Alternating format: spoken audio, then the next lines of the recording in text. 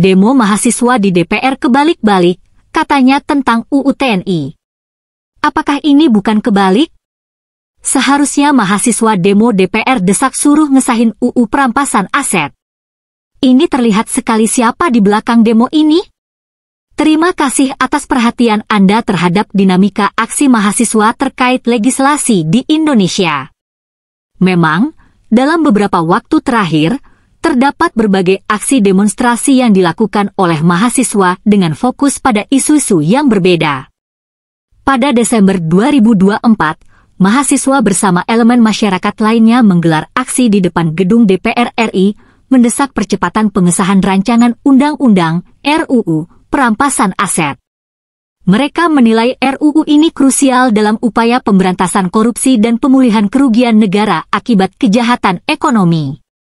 Aksi tersebut diinisiasi oleh berbagai organisasi seperti Gerakan Mahasiswa Anti Korupsi Riau Jakarta, Garmasi, Dewan Perwakilan Mahasiswa Unindra, DPM, Forum Aliansi Masyarakat Anti Korupsi, Formasi, dan Musyawarah Rakyat Indonesia, MURI. Sementara itu, pada Maret 2025, terjadi gelombang demonstrasi mahasiswa yang menolak revisi Undang-Undang TNI. Mereka khawatir bahwa revisi tersebut dapat membuka ruang bagi militer untuk terlibat dalam jabatan-jabatan sipil yang dianggap bertentangan dengan prinsip supremasi sipil dan nilai-nilai demokrasi yang telah diperjuangkan sejak reformasi 1998. Aksi penolakan ini terjadi di berbagai daerah, termasuk di depan gedung DPRD Kota Solo oleh mahasiswa Universitas 11 Maret, UNS, dan di Kalimantan Timur oleh Aliansi Mahasiswa Kalimantan Timur menggugat Mahakam. Perbedaan fokus dalam aksi-aksi tersebut mencerminkan keragaman aspirasi dan kekhawatiran mahasiswa terhadap berbagai isu legislasi yang dianggap berdampak signifikan bagi masyarakat dan negara.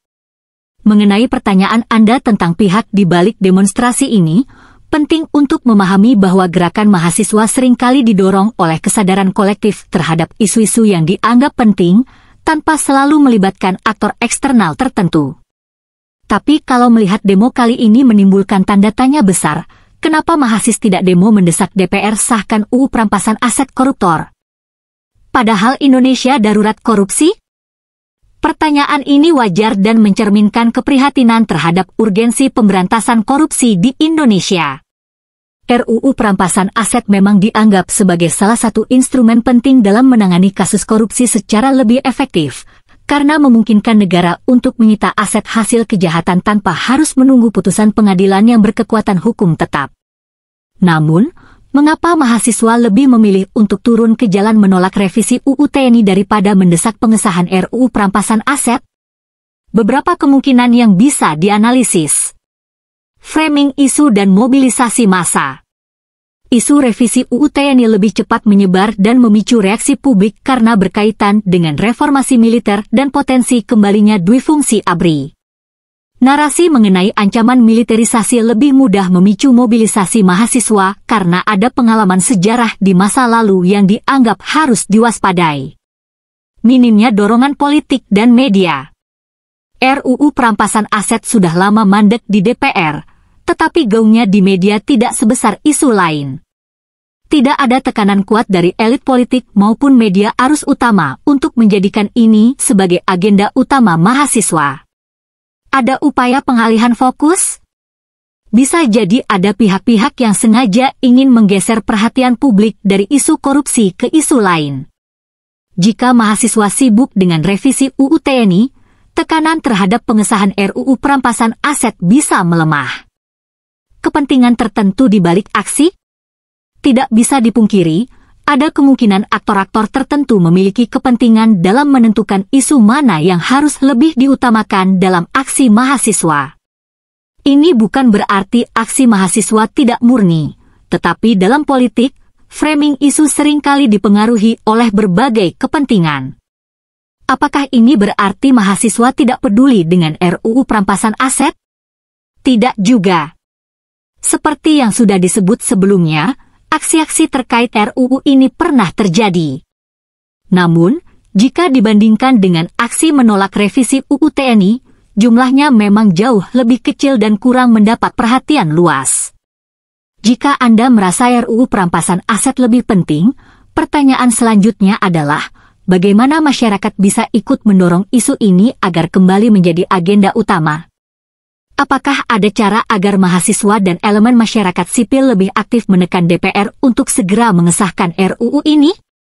Ya, masyarakat dan mahasiswa harus turun bersama mendesak DPR mengesahkan UU perampasan aset dan hukuman berat terhadap koruptor. Karena kejahatan yang paling jahat adalah korupsi. Betul sekali. Korupsi bukan hanya sekadar kejahatan biasa, tetapi kejahatan luar biasa yang merugikan rakyat secara langsung. Setiap rupiah yang dikorupsi adalah hak rakyat yang dicuri, dana untuk pendidikan, kesehatan, infrastruktur, dan kesejahteraan masyarakat yang hilang begitu saja.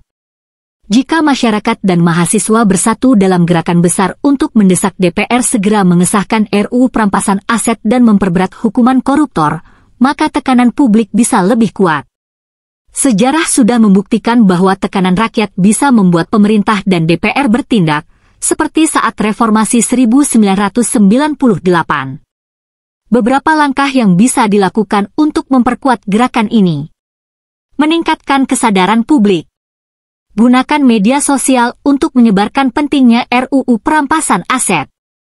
Buat petisi nasional yang menuntut DPR segera mengesahkannya. Diskusi publik, seminar, dan webinar untuk membangun kesadaran luas. Tekanan langsung ke DPR. Aksi demonstrasi besar-besaran di DPR, bukan hanya di Jakarta tetapi juga di seluruh Indonesia. Kirim surat terbuka atau audiensi langsung dengan DPR untuk menanyakan progres RUU ini. Dukungan dari akademisi dan tokoh publik. Melibatkan kampus, guru besar, pengamat hukum, dan tokoh nasional untuk bersuara bersama. Tekanan dari kalangan akademisi sering lebih didengar oleh pemerintah. Gerakan serentak mahasiswa dan masyarakat. Demonstrasi yang lebih terkoordinasi dan berkelanjutan, bukan hanya aksi sekali jalan. Mengajak elemen buruh, petani, nelayan, dan masyarakat sipil lainnya untuk ikut serta. Tekanan melalui media dan internasional.